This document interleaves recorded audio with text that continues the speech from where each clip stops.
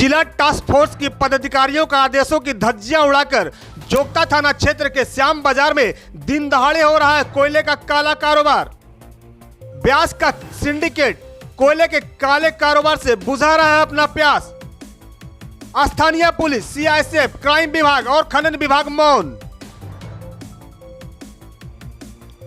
धनबाद जिला प्रशासन और पुलिस प्रशासन के द्वारा लगातार टास्क फोर्स की बैठक कर अवैध कोयले का उत्खनन, ट्रांसपोर्टिंग और भंडारण पर रोक लगाने के लिए प्रयास जारी है। लेकिन इसके बावजूद धनबाद पुलिस अनुमंडल के जोगता थाना अंतर्गत श्याम बाजार में बीसीसीएल का कोयला का लूट दिन के उजाले में जारी है।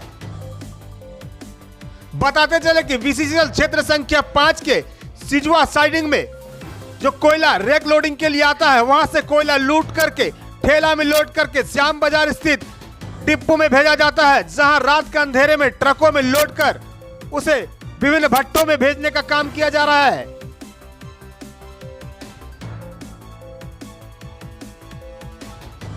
बताते चले कि श्याम बाजार में दत्ता और गुड्डू का सिंडिकेट बीसीसीएल के सिजवा साइडिंग से कोयला चोरी कर श्याम बाजार में इकट्ठा करता है और रात के अंधेरे में ट्रकों में लोड कर डिस्को पेपर के माध्यम से गोविंदपुर, निरसा, बरवड्डा, कतरास के हाटकोट भट्टे के अलावा अन्य प्रदेशों में भेजने का काम करता है।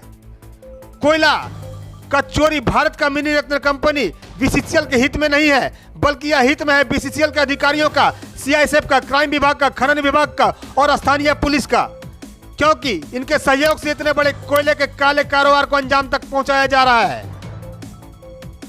जिला टास्क फोर्स का अध्यक्ष उपायुक्त होते हैं, जबकि अंचल में अंचलाधिकारी होते हैं, लेकिन अंचलाधिकारी भी अंचल में अपने कर्तव्य का पालन सही तरीके से नहीं कर रहे हैं। अगर करते तो क्षेत्र में अवैध कोयला का व्यापार विकसित नहीं हो पाता और सरकार को राजस्व का नुकसान नहीं हो पाता। पिछले दिनों जिला टास्क फोर्स की बैठक में बीसीसीएल के प्रत्येक साइडिंग में धनबाद उपायुक्त एवं एसएसपी तथा सीएमडी के द्वारा यह निर्देश दिया गया कि बीसीसीएल के प्रत्येक साइडिंग और डंप के किनारे कटीला तार और सीसीटीवी कैमरा लगाकर चेक पोस्ट बनाकर कोयला का तस्करी को रोका जाए, लेकिन अभी तक वैसा कुछ नहीं किया गया है। अधिकारियों की इन्हीं लापरवाहियों का फायदा उठाकर अवैध कोयला तस्कर बीसीसीएल की संपत्ति को, राष्ट्र की संपत्ति को दिन दहाड़े लूट रहे हैं और मालामाल हो रहे हैं। वहीं दूसरी ओर बीसीसीएल को प्रत्येक महीना लाखों रुपए के राजस्व का नुकसान उठाना पड़ रहा है।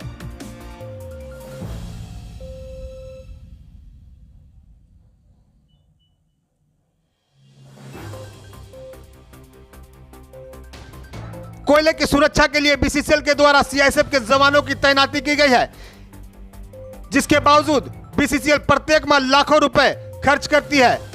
लेकिन सिजवा साइडिंग में कोयला की चोरी होना सीआईएसएफ के ऊपर, क्राइम विभाग के ऊपर एवं स्थानीय पुलिस प्रशासन के ऊपर एक बड़ा सवाल खड़ा करता है।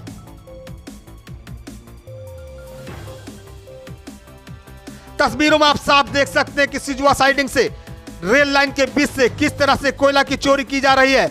इसे लाइन के पार कर इकट्ठा किया जाता है, फिर वहां से ठेला में लोड करके श्याम बाजार स्थित अवैध डिपो में पहुंचाया जाता है, जहां रात के अंधेरे में ट्रकों में लोड कर बाहर भेजने का काम किया जाता है।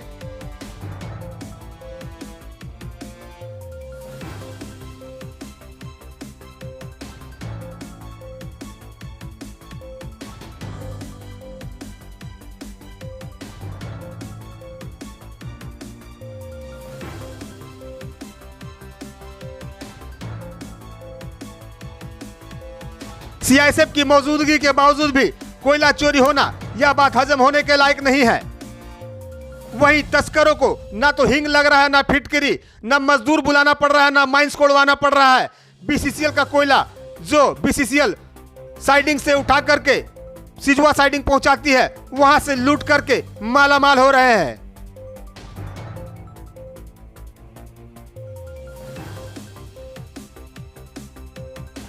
रात के अंधेरों में ट्रकों में कोयला को लोड किया जाता है और बाहर भेजने का काम किया जाता है।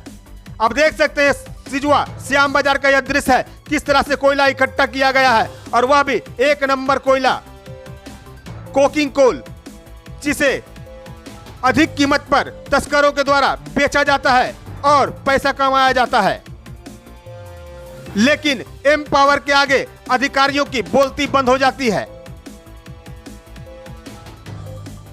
जोगता थाने से महज कुछ ही दूरी पर श्याम बाजार में यह अवैध डिपो का संचालन किया जा रहा है।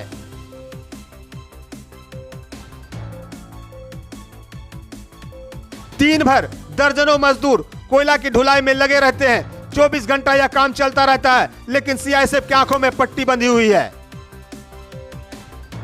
अब सवाल यह उठता है कि आखिर इतनी बड़ी चोरी का जिम्मेवार कौन है और इस तरह सरकारी संपत्ति के लूट का कब तक चलता रहेगा, इसका जवाब कौन देगा। B7 न्यूज भारत के लिए ब्यूरो रिपोर्ट, जोगता, धनबाद।